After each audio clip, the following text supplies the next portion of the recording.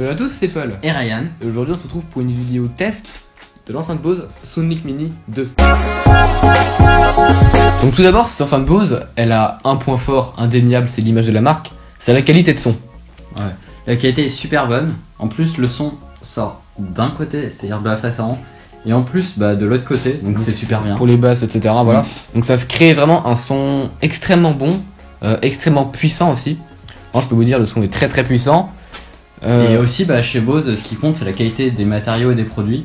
Et là, le produit est lourd, il est en aluminium, il est vraiment super joli, et tout petit. Par rapport à ma main, il doit faire quelque chose comme 20 cm maximum. Ouais, il est petit, compact, vraiment compact, etc. Ouais. Assez légère pour cette qualité de matériaux. Alors cette enceinte, elle a aussi d'autres points forts. Donc c'est que d'abord, on peut connecter plusieurs appareils Bluetooth dessus, jusqu'à 8. Donc c'est à dire que moi je peux connecter mon iPhone, lui il peut connecter son téléphone, un ordinateur, voilà, un ordinateur, etc. Plein de trucs. On peut connecter jusqu'à donc 8 appareils et c'est vachement bien. Et on peut même téléphoner avec. C'est à dire que on peut appeler depuis son smartphone et le son sort par l'enceinte Bluetooth Bose. Donc quand on appelle, c'est bien le micro du téléphone et pas le micro de l'enceinte vu qu'elle en a pas. Cette enceinte est vraiment intuitive aussi, c'est-à-dire qu'il y a très peu de boutons, ils ont joué quand même plutôt minimaliste. Donc en premier, donc il y a le bouton Power, donc pour allumer, le bouton volume moins, le bouton d'action, c'est-à-dire mettre sur pause, etc. Voilà, bouton volume plus et bouton d'appairage Bluetooth. Voilà, et ensuite sur le côté, on a un port jack et un port USB et c'est tout. Donc après, elle a aussi quelques points faibles cette enceinte, d'accord? C'est-à-dire que tout d'abord, le rechargement se fait sur un socle, mais ça c'est très peu pratique. Étant donné que, en fait, quand on voit pas très bien où on pose, c'est par magnète, on va dire, enfin par collectique, par contact, voilà. Et donc c'est pas très bien aimanté, du coup, on sait pas du tout aimanté. Voilà. C'est pas comme une montre connectée ou quelque chose comme ça où quand tu poses, ça va directement se coller.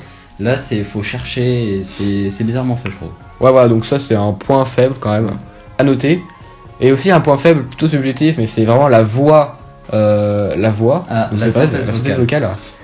On va vous montrer. Connecté à iPhone de Paul et JT i9305. Voilà, donc on va dire que c'est assez très mauvais comme voix. Cette enceinte, elle dure 8 heures sur batterie, enfin entre 8 heures et 9 heures. Donc à recharger voilà, aussi. plutôt très rapide à recharger en plus. Donc vraiment, c'est beaucoup de batterie, c'est excellent. Et aussi, il y a un autre point faible, c'est qu'elle n'est pas waterproof, ça peut gêner certaines personnes. Moi, ça me gêne pas, j'ai pas allé au bord de la plage, je sais pas où avec. Mais ça gêne certaines personnes à cause donc qu'elle n'est pas waterproof. Et donc cette enceinte, donc elle a un prix bien sûr, c'est de 199 €. C'est vraiment cher. Donc c'est vraiment cher, mais avec ça vous avez vraiment une super qualité. Moi je vous la recommande énormément, vraiment elle est très très bonne et je la regrette pas. Alors voilà, c'est déjà la fin de ce test, donc j'espère comme d'habitude qu'il vous a plu. Pas de liker, de commenter, de vous abonner, vous êtes déjà plus de 200. Et Voilà. on voudrait que ça continue comme ça et surtout on dit à la prochaine. Ouais, ciao, salut.